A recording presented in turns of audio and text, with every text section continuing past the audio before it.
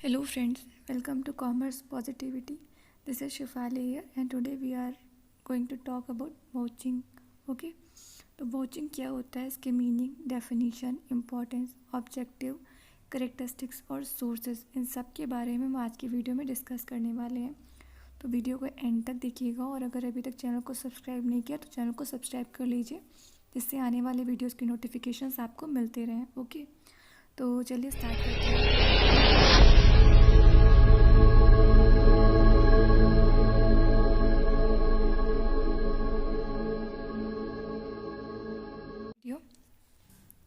सबसे पहले हम बात करते हैं वाउचिंग की मीनिंग की, कि वाउचिंग का क्या मतलब होता है.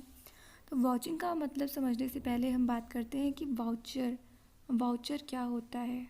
वाउचर वो सारी रिसिप्ट्स और कैश मेमोज को बोलते हैं जो आप पेमेंट के टाइम जो आपको मिलते हैं. ठीक है, जैसे आप किसी रेस्टोरेंट में गए, वहाँ पे आपने कुछ खाने के लिए ऑर्डर किया, खाने के बाद आपको लास्ट में क्या वो रिसिप्ट देते हैं, जिसमें लिखा होता है कि आपने कौन सा फूड ऑर्डर किया, कितने अमाउंट थे, उसकी क्या चार्जेस हैं, वो सब उसमें मेंशन होता है और आप फिर उस हिसाब से वो अमाउंट पे करते हो. तो वो जो रिसिप्ट होती है उसको ही हम क्या बोलते हैं, वाउचर. ओके, तो आई होप आपको वाउचर का मीनिंग क्लियर हो गया होगा. अब हम देखते हैं वाउचिंग का मीनिंग क्या होता है. Okay, so vouching, widely recognized as the backbone of auditing, is a component of an audit seeking to authenticate the transactions recorded in a firm's book of accounts. Vouching बहुत ही important होती है auditing में. जैसे कि हमारे लिए backbone होती है इम्पॉर्टेंट, वैसे ही ऑडिटिंग में वाउचिंग जो है बैकबोन का काम करती है. ठीक है, जितने भी ऑर्गेनाइजेशन में ट्रांजैक्शंस होते हैं मनी के फॉर्म में, जो भी लेन देन होता है, उसकी बुक ऑफ अकाउंट में जो है रिकॉर्डिंग है वो सही है या नहीं, इसकी ऑथेंटिसिटी और जो है फेयरनेस को चेक किया जाता है वाउचिंग के थ्रू. ओके, क्योंकि पता चलता है कि कौन सा पेमेंट कब किया गया है, कितना अमाउंट है, क्या क्वांटिटी में है, किस डेट को है. Okay, so when an accounting transaction is vouched, it is tested and verified by presenting relevant documents evidence. Okay, documentary evidences. तो जो भी अकाउंटिंग ट्रांजैक्शंस हैं उनको वाउच किया जाता है और it is tested and verified bye presenting relevant documentary evidence. जो भी डॉक्यूमेंट्री एविडेंस होते हैं रेलिवेंट, उनके थ्रू ही ये वेरीफाई किया जाता है, टेस्ट किया जाता है कि जो अकाउंटिंग ट्रांजैक्शंस हैं वो कितने सही हैं. ओके, तो जो ये जो ऑडिटर है जो ये चेक करता है उन वाउचर्स के थ्रू कि जो भी अकाउंटिंग रिकॉर्ड्स हैं, बुक ऑफ बैलेंस शीट में जो भी स्टेटमेंट्स हैं एसेट्स का, लाइबिलिटीज़ का, और जो भी स्टेटमेंट्स हैं वो फाइनेंशियल स्टेटमेंट्स हैं वो कितने सही हैं, वो सब जो है वाउचर के थ्रू ही चेक होते हैं. तो इस प्रोसेस को क्या बोलते हैं, वाउचिंग बोलते हैं. ओके, आई होप आपको वाउचिंग का मीनिंग क्लियर हो गया होगा और अच्छे से हम देख लेते हैं वाउचिंग की डेफिनेशन अब. सो वाउचिंग की डेफिनेशन क्या कहती है. Vouching is defined as a verification of entries in the books of accounts by examination of documentary evidence और vouchers such as invoices, debit and credit notes, statements, receipts etcetera. Vouching को यहाँ पर क्या बोला गया है, वाउचिंग में बोला गया कि जो भी एंट्रीज बुक ऑफ अकाउंट में एंट्रीज हो रही हैं उनको वेरीफाई करना उन डॉक्यूमेंट्री एविडेंसेस के थ्रू जो वहाँ पर वाउचर्स के थ्रू मिलती हैं. अभी वो डॉक्यूमेंट्री एविडेंसेस वही आपके मैंने बताया जो कैश मेमोज, इनवॉइसेस और जो भी आपके रिसिप्ट्स होती हैं वो ही होते हैं जिनको हम वाउचर्स बोलते हैं. और उनमें ही वो सारे रिकॉर्ड्स होते हैं कि कौन सा फाइनेंशियल ट्रांजैक्शन कब किया गया है. उसके थ्रू ही जो है ऑडिटर ये जान पाता है कि रिकॉर्ड्स कितने ट्रू हैं, कितने रियल हैं और क्या वो सही किए गए हैं या नहीं. So the object of vouching is to establish that the transactions recorded in the books of accounts are in order and have been properly authorised, are correctly recorded. तो वाचिंग का क्या मेन मोटिव होता है, क्या object होता है कि ये पता करता है कि जो भी ट्रांजैक्शंस हुई हैं, जो भी रिकॉर्ड किए गए हैं उसमें वो कितने सही हैं और वो क्या प्रॉपरली अथराइज्ड है, वो बिल्कुल फेयर है. ये चेक करने का काम किसका होता है, वाउचिंग का होता है. ठीक है,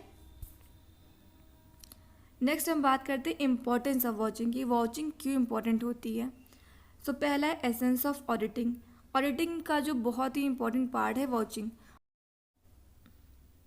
Auditing not only checks the accuracy of books of accounts but also checks whether the transactions are performed after the prior approval of concerned authority or not.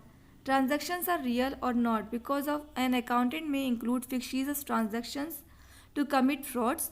So all these facts can be found with the help of vouching. तो auditing जो है वो सिर्फ books of accounts को check नहीं करता है, उसकी एक्यूरेसी को ही चेक नहीं करता, उसके अलावा जो भी ट्रांजैक्शंस हुए हैं वो कितने ट्रू हैं, कितने फेयर हैं, कोई गलत ट्रांजैक्शन तो नहीं हुआ है, कोई मिसलीडिंग एक्टिविटी तो नहीं है, उसको चेक करना भी ऑडिटिंग में ही आता है। तो वो सब कैसे पता चलता है? वाउचर्स के थ्रू ही, कि जो वाउचिंग की प्रोसेस होती है जिसमें ऑडिटर जो है सभी डॉक्यूमेंट्री एविडेंसेस का यूज़ करता है और देखता है कि जो ट्रांजैक्शंस है वो कितने ट्रू हैं। तो इसलिए जो ऑडिटिंग में वाचिंग जो है बहुत ही इंपॉर्टेंट होती है। ओके, नेक्स्ट है watching of the transactions recorded is over, verification of assets and liabilities is done. Therefore, watching acts as a basis for verifying the assets and liabilities.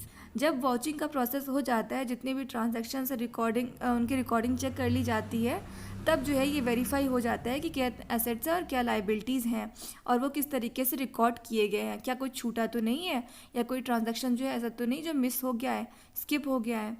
तो ये watching जो है एक तरीके से ऑडिटिंग में एक बेस प्रोवाइड करती है वेरिफिकेशन का। ओके, नेक्स्ट है बैकबोन ऑफ ऑडिटिंग। जैसा कि हमने पहले ही डिस्कस किया कि ऑडिटिंग में जो वॉचिंग है वो बैकबोन की तरह काम करती है, because main aim of auditing is to detect errors and frauds for proving the true and fairness of results presented by income statement and balance sheet. Auditing का मेन एम क्या होता है? ये देखना कि जो भी इनकम स्टेटमेंट्स है और बैलेंस शीट में जो रिकॉर्ड्स हैं वो सही हैं या नहीं, उनको सही तरीके से प्रेजेंट किया गया है नहीं, और कोई एरर और फ्रॉड तो नहीं है, उसको चेक करने का काम है ऑडिटिंग में होता है। So watching is only the way of detecting all sorts of errors and planned frauds, so it is the backbone of auditing. तो ये सब काम कैसे हो पाता है? ये सब पॉसिबल हो पाता है वॉचिंग के थ्रू।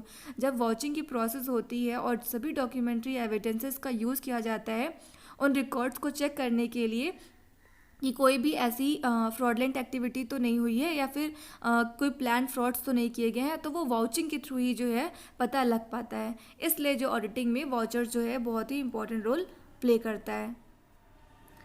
अब हम बात करते हैं ऑब्जेक्टिव्स ऑफ वॉचिंग की। तो जब आपने मीनिंग और डेफिनेशन समझ ली वॉचिंग की, तो आई होप आपको उसके बाद ऑब्जेक्टिव्स क्या है वॉचिंग के वो भी बहुत इजीली समझ में आ गए होंगे कि क्या हो सकते हैं। तो चलिए उन्हें हम वन बाय वन डिस्कस कर लेते हैं। पहला है to check whether proper documentary evidence is there in support of the entries made in the books of account. पहला जो ऑब्जेक्टिव होता है वॉचिंग का वो ये देखना होता है कि जो भी डॉक्यूमेंट्री एविडेंसेस प्रोवाइड किए गए हैं वो प्रॉपर हैं या नहीं, उनमें जो भी रिकॉर्ड्स है वो सही है या नहीं, क्योंकि उनके थ्रू ही जो है बुक ऑफ अकाउंट में एंट्रीज होती हैं और उनका सही होना ज़रूरी होता है। इसीलिए वॉचिंग में देखा जाता है कि जो भी डॉक्यूमेंट्री एविडेंसेस है वो प्रॉपर हों। नेक्स्ट है to make sure that all the transactions that have been occurred are entered in the books of accounts। उसके बाद ये जो है वॉचिंग में देखा जाता है, वॉचिंग का ये ऑब्जेक्टिव होता है कि जो भी ट्रांजैक्शंस हैं वो सारे जो है बुक्स ऑफ अकाउंट में सही तरीके से एंटर किए गए हैं नहीं, ठीक है। उसके बाद नेक्स्ट आता है to examine the transactions for which money paid और received relates to the business. उसके बाद ये देखना कि जो भी बिजनेस में ट्रांजैक्शंस होते हैं मनी के फॉर्म में वो बिजनेस से रिलेटेड हैं या नहीं।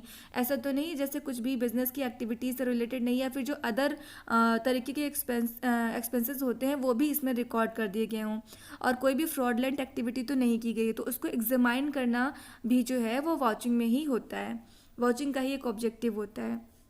नेक्स्ट है to check whether the transactions belong to the entity. अब सबसे जो मेन ऑब्जेक्टिव होता है वो ये देखना होता है कि जो ट्रांजैक्शंस हो रहे हैं, जो भी फाइनेंशियल ट्रांजैक्शंस हैं वो जो है वो एंटिटी को ही बिलोंग करते हैं या नहीं। मतलब जैसे कोई कंपनी है, उसकी ब्रांचेस हैं और वो एंटिटी जो है बेसिकली उसी के ट्रांजैक्शंस, तो ऐसा नहीं कि वो किसी और कंपनी या किसी और तरीके से वहाँ पर जो है रिकॉर्ड कर दिए गए हों। तो वो सभी चीज़ों को रिकॉर्ड करना, उनकी वेरिफिकेशन करना, उसको चेक करना, ये सब ऑब्जेक्टिव्स किसके होते हैं? वॉचिंग के होते हैं। ओके, अब हम बात करते हैं करेक्टरिस्टिक्स क्या होते हैं वॉचिंग के।